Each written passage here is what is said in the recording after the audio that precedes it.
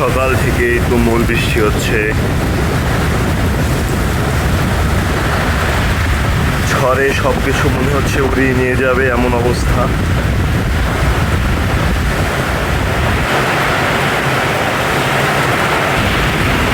বাতাস, খুব খারাপ অবস্থা।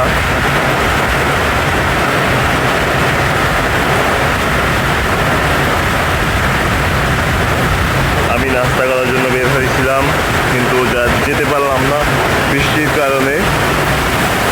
এইখানেই আটকে গেছি, খুব বৃষ্টি হচ্ছে।